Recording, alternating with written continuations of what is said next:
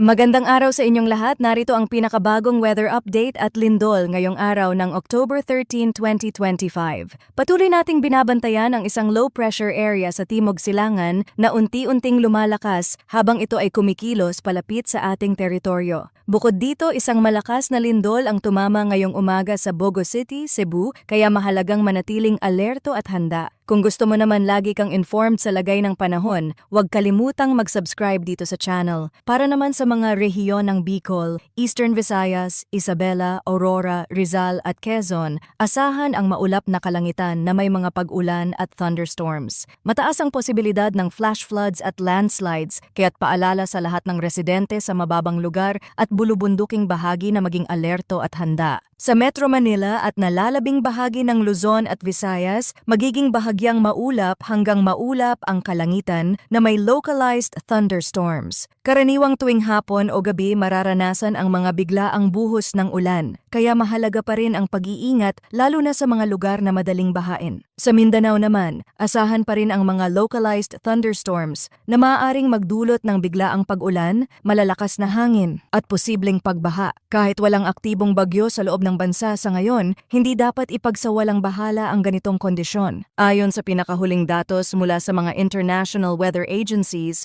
ang low-pressure area ay nakita sa layong 2,450 kilometers silangan ng southeastern Mindanao. Inaasahang kikilos ito pahilagang kanluran sa mga susunod na araw at posibleng pumasok sa PAR. Habang nasa karagatan, malaki ang chance na lumakas ito at maging tropical cyclone. Sa kasalukuyang forecast track, posibleng tumama o dumaan ito sa extreme northern Luzon o Taiwan area, pero dahil malayo pa ito, maaari pang magbago ang direksyon at bilis. Posible rin itong bumaba ng track at makaapekto ng direkta sa northern Luzon. Ngayon naman ay dumako tayo sa pinakahuling seismic event ngayong araw. Bandang 1:30 AM, isang malakas na tectonic earthquake na may magnitude 6.0 ang yumanig sa Bogo City, Cebu. Ayon sa ulat ng PIVOX, ang epicenter ng lindol ay nasa karagatan malapit sa hilagang bahagi ng Cebu at may katamtamang lalim. Malakas itong naramdaman sa Bogo City, San Remigio, Tabuelan at Medellin, maging sa ilang bahagi ng Central Visayas. Dahil sa lakas ng epekto ng lindol, maraming residente ang mabilis na lumabas ng bahay bilang pag-iingat sa posibleng aftershocks. Hindi ito ang unang malakas na lindol sa lugar. Noong September 30, isang magnitude 6.9 na lindol ang tumama malapit sa Bogo City at nagdulot ng mga bitak sa ilang istruktura. Ayon sa mga seismologist, ang lindol ngayong araw ay posibleng bahagi ng extended aftershock sequence ng naunang pagyanig. Kung susumahin ang mga nagdaang araw, sunod-sunod ang malalakas na lindol sa iba't ibang rehiyon. October 10 sa Davao Oriental,